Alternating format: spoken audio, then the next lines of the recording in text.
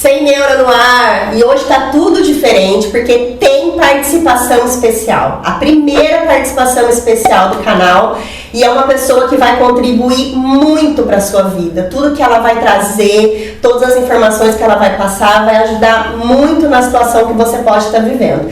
Mas antes do vídeo, vamos fazer um suspense. Já dá like no vídeo, se inscreve no canal, ativa o sininho, curte o Sem Neura nas redes sociais, porque hoje Sem Neura tá impossível. Roda a vinheta.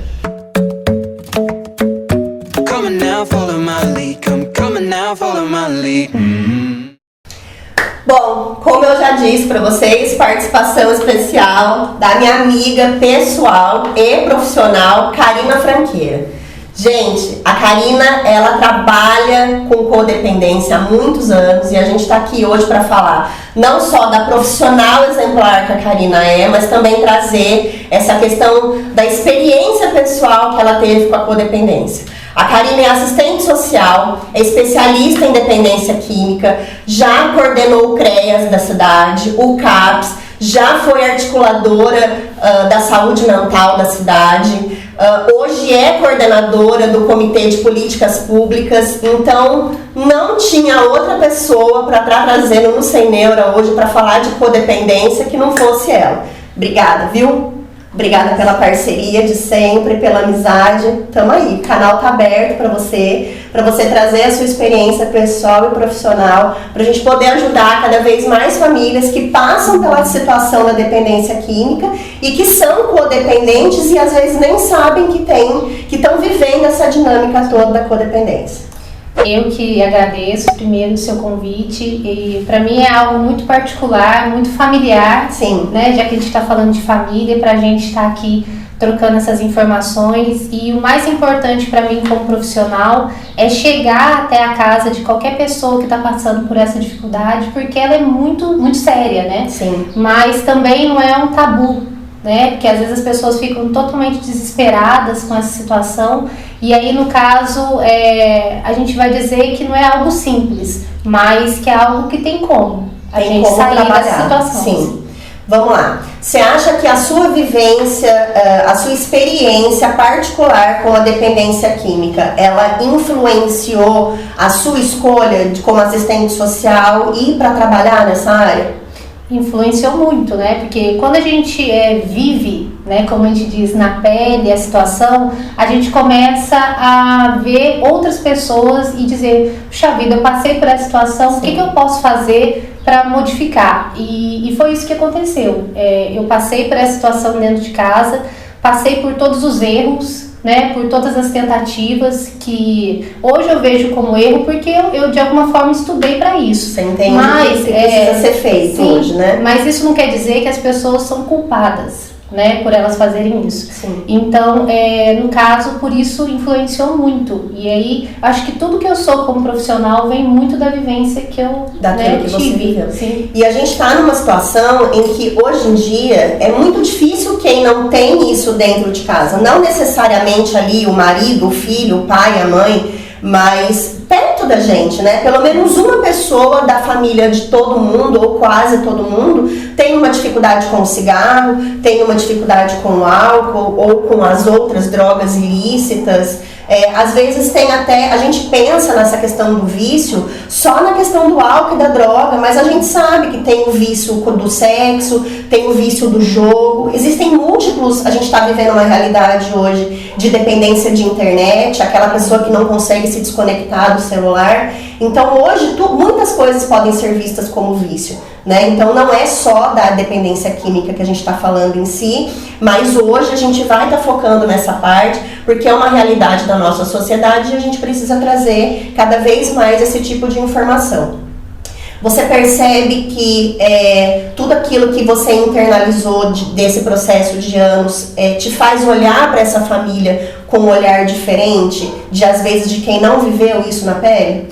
Faz muito, né? Porque é diferente quando você coloca ferramentas para essas pessoas e ele simplesmente fala, olha, é assim que tem que fazer. Mas eu tendo a vivência, né, eu sei que na hora mesmo da situação difícil, na hora do confronto que você vai ter junto com o seu familiar que está nessa situação, você não consegue às vezes usar aquelas ferramentas. Sim. E aí você se sente cada vez mais culpado em relação a isso. E aí o que acontece? Você frustra. E aí você acha que toda a orientação que aquele profissional te passou foi válida, mas você não consegue colocar. Então, quando eu oriento alguma pessoa, eu me coloco no lugar daquela pessoa e eu começo a colocar para ela essas dificuldades, dizendo, eu compreendo que quando você for colocar essa situação para o seu filho, para o seu marido, para o seu familiar, você não consegue, às vezes, executar todas. Sim. E aí deixa essa pessoa menos frustrada. Sim. Vamos definir para quem está assistindo o vídeo agora o que é a codependência, os estágios da codependência, como que se estrutura essa dinâmica de quando a gente tem um dependente próximo da gente e como nós nos tornamos codependente desse dependente.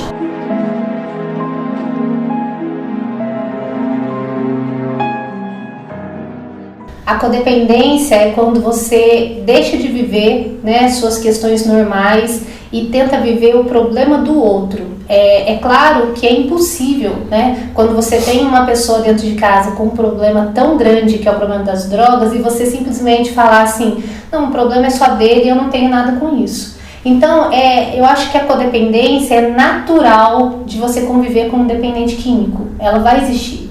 Por quê? Porque você vai viver quase que 24 horas pensando naquela pessoa. Sim. O grande problema da codependência é que você se anula tanto que você não consegue ajudar o outro. Sim. Então, todas as vezes que você começar por isso que a importância de um profissional. Porque no meio daquele furacão que as famílias estão vivendo hoje em dia, se não entrar alguém de fora para apontar para ela que aquilo ali é um caminho errado, ela não consegue enxergar. Todo mundo é um só, né? Então, assim, a gente tem aquele membro da família que está fazendo uso ali, né, de alguma substância, que está envolvido com o vício dele em si, mas os codependentes estão vivendo a mesma dinâmica, só que a diferença é que o codependente não faz o uso, né? Sim. Então, parece que está todo mundo ali no mesmo pacote, não tem a separação do ele é o dependente, eu sou a mãe, eu sou o pai, eu sou a esposa, eu sou os filhos, né? Parece que a gente coloca todo mundo no mesmo balaio e todo mundo adoece junto e essa dinâmica ela só vai ferindo e agredindo cada vez mais, né? Sim, automaticamente a gente define como uma família funcional, aquela família normal que o pai tem seu papel, a Sim. mãe tem seu papel e os filhos. A partir do momento que entra, né, a situação da droga dentro de casa, essa família se torna disfuncional. Sim. E o que é isso, né, ser disfuncional? É que o pai perde seu papel, a mãe perde seu papel, eles começam a culpabilizar um o outro. Sim. Né? Então, E aí o centro da família é o dependente, né? É o adicto e tá no meio e todo mundo gira em torno dele, né? E aí isso é uma coisa muito importante, Luana, você colocar, porque quando o pai e a mãe centralizam no filho, ele esquece os outros filhos. Sim. Então, qual que é esse efeito? A gente começa a observar que os mais novos, né? Isso, a sequência não quer dizer que vai começar dos mais novos para os mais velhos. Mas aquele que ficou de alguma forma, né, relativamente de escanteio, vamos dizer assim. Porque tá dando menos trabalho naquele momento, sim, né? Ele começa a futuramente ter uma dificuldade e quem sabe se tornar um dependente químico também. Então o que acontece? Por isso que é normal o filho tá dependente químico, daqui a pouco o que acontece? O menor ou o mais velho começa a ser também. Por quê? Porque você desfocou. E para ter a mesma atenção, né? Todos os filhos vão querer em algum momento receber a mesma atenção, o mesmo amor, o mesmo carinho que esses pais dedicaram para esse filho que naquele momento estava dando problema. Vamos pensar o seguinte, que tipo de cuidados que a gente pode orientar essas famílias? A que tipo de ação que essa família tem que tomar para que ela comece a se tratar e a se olhar individualmente, né, cada um desses membros e como um todo? Eu acho que a primeira coisa é você... Claro que a ajuda de um profissional é importante, mas algo que a gente possa te orientar Nesse momento que você tiver com esse problema dentro de casa, eu acho que primeiro você tem que reunir com os outros familiares e começar a falar a mesma língua, né? Não começar a colocar culpados. Não, vamos sentar e vamos ver o que está acontecendo, né? Por que você está agindo assim? O diálogo dentro de casa é muito importante. E aí é uma união para aquela pessoa. E isso não é codependência. Quando você se une, cada um no seu papel para ajudar a pessoa que precisa. O que não pode é ficar uma guerra dentro de casa. E aí, às vezes, a pessoa que está com a dependência, ela grita por ajuda e ela não consegue. Sim. Né? Por conta da situação. Então, eu acho assim, o diálogo é muito importante. E essa família precisa se reconfigurar, né? Porque ela tinha uma configuração, veio o vício, essa configuração, ela ruiu, e agora, nesse terceiro momento, cada um precisa se reconfigurar dentro daquele papel, né? Sim, é uma questão mais de você aceitar, né? Eu sei que às vezes a gente tem assim, acaba acontecendo de você estar ferido, você não confia mais, é muito fácil você projetar o seu problema no outro, mas como a gente tem essa experiência, isso vai minando, né? Como eu disse na questão da experiência, isso eu vivi. Né? Quando eu como parte, não como irmã, vamos dizer assim, eu comecei a ver que um estava atacando o outro de alguma forma. Sim. E nada estava sendo produtivo. Então alguém tem que dar o primeiro passo. Quais os grupos que a gente pode estar citando aqui no canal para que essas pessoas procurem? Se tiver, né, claro, na cidade, né? O Amor Exigente é um grupo muito importante, aonde que a metodologia dele é dizer que você vai amar, sim, as pessoas que ali estão, mas com limites, sim, né? Por isso que é a exigência, né? Olha, dentro da minha casa tem regras, não é assim que funciona, e falar não. Não é um amor punitivo, né? Não é entender que talvez a rédea ficou um pouco frouxa a vida inteira e agora você vai punir. Não, agora você vai delimitar até onde aquele indivíduo pode ir e até onde é aceitável que o vício dele interfira na vida dos demais, né? Sim, entendeu? Então, o amor exigente ele é muito importante. E sem contar que o grupo de auto e mútua ajuda, como é colocado, você começa a trocar ali informações junto com outras famílias.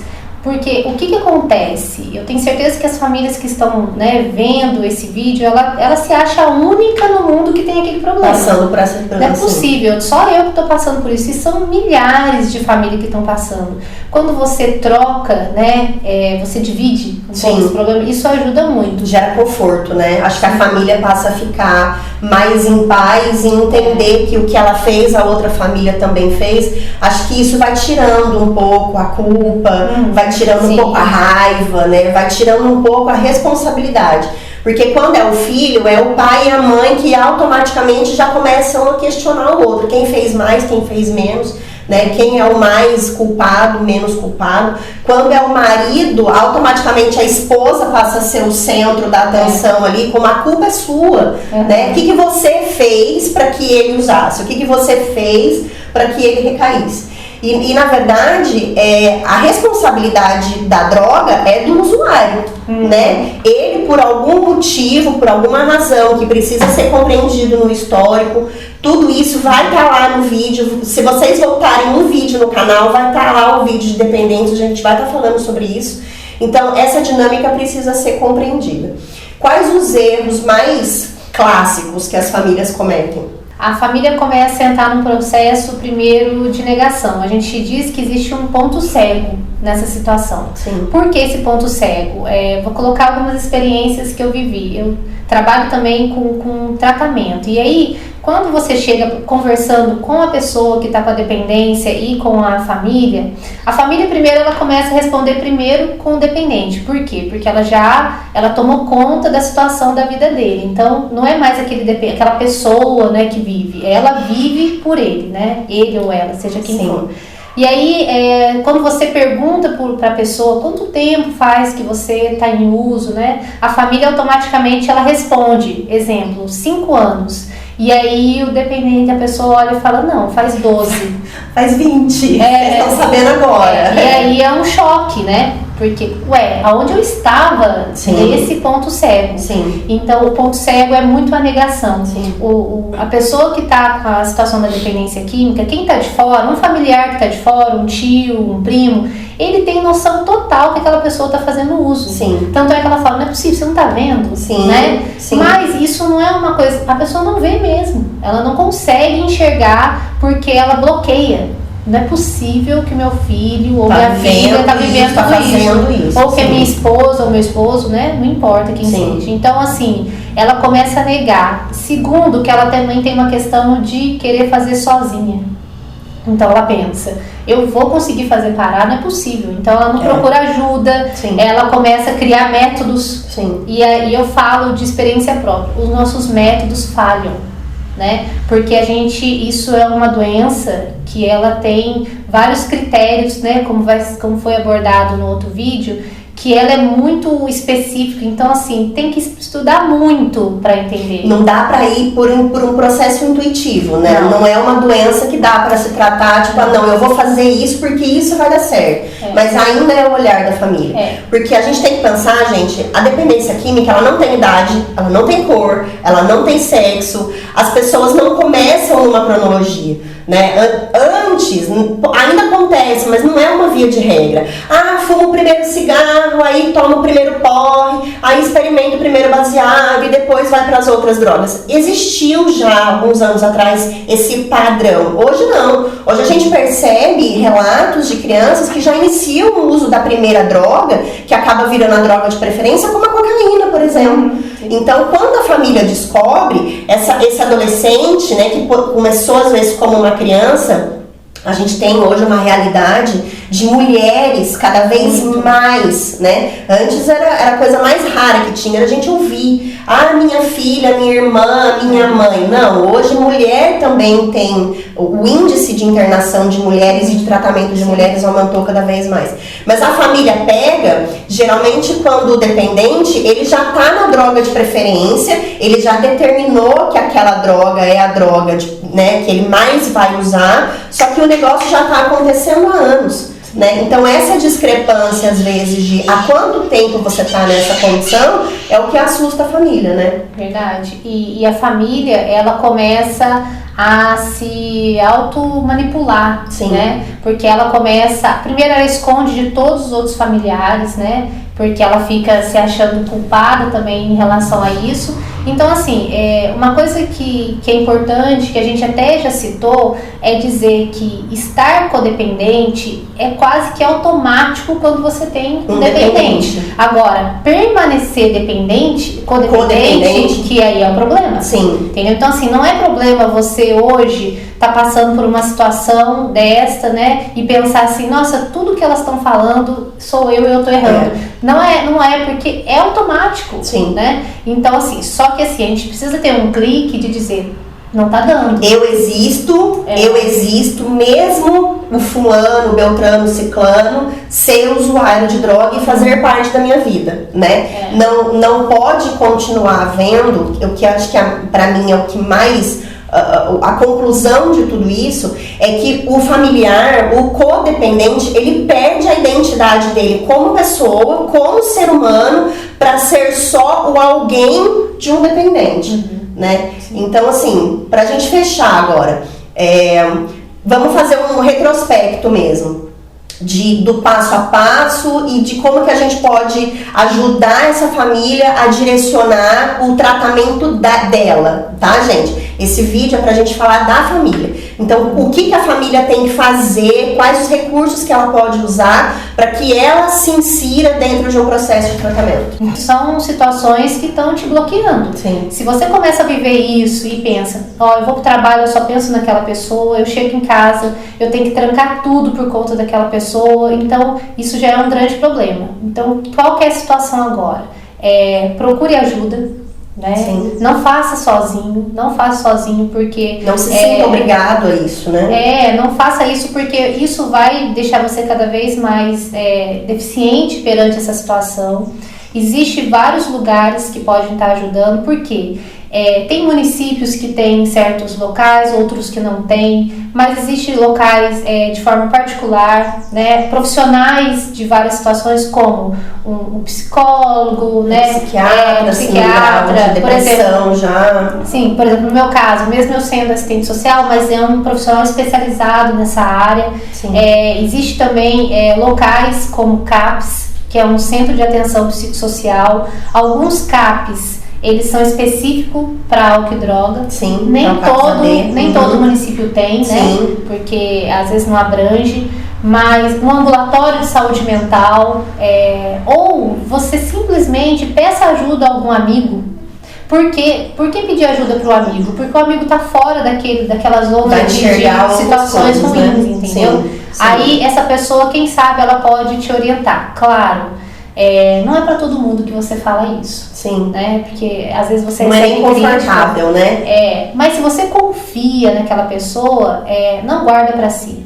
Então, o que a gente quer dizer é que é um momento muito difícil, delicado, causa dor, causa situações ruins, né? Causa outros transtornos. Sim. Porque o que acontece? Às vezes a família, a pessoa para de fazer uso de droga. Exemplo, a família adoece, porque ela já não sabe mais viver. E às vezes sem aquele problema, né? Sim, e às vezes vem o quê? Vem uma depressão. Vem um transtorno ansioso e por aí vai. Então, assim, é muito sério esse tema, porque as pessoas estão adoecendo cada vez mais, né? E é importante a gente deixar, eu sei que é um tabu às vezes falar, mas nós estamos num momento de epidemia. Sim. Né? Então, assim... sem perspectiva de melhora. A princípio, a gente não consegue enxergar. A gente consegue enxergar o quê? Movimentos, políticas públicas. A gente tem cada vez mais congressos, mais workshops, mais um monte de evento para estar passando esse tipo de orientação. Mas retroceder a essa quantidade de pessoas que estão usando e que vão vir a usar ainda não é uma realidade. Não, porque assim, a política pública, ela não consegue fazer nada se nós que estamos passando por esse problema não dermos o passo a ela. Sim. Então, assim, não adianta ter vários instrumentos no município se eu não vou até lá. Se eu não falo que eu estou passando por essa situação. Disso, né? E aí, então assim, ela está lá, mas ela é um instrumento que preciso chegar até ela. Gente, eu espero que vocês tenham gostado do vídeo. Ele foi preparado com muito carinho. A Karina, desde quando eu comecei o canal, ela já estava sabendo que um dia ela viria. E ela sempre foi muito disponível, porque ela é parceira mesmo. A gente tem projetos em comum e uma vida inteira pela frente ainda, né? Mas desde já eu agradeço, Karina, muito obrigada pela sua parceria. Feliz. E a gente espera que tenha contribuído com vocês, com informações, e que daqui pra frente a família que esteja passando por essa situação possa se inserir no processo de tratamento. Não esquece, antes de acabar o vídeo, like, inscreve no canal, ativa o sininho, sem Neura nas redes sociais. Obrigada pela participação de vocês. Dúvidas, pode comentar aqui embaixo e manda esse vídeo para todo mundo que vocês sabem que tem alguém nessa mesma condição, tá bom? Espero vocês no próximo vídeo.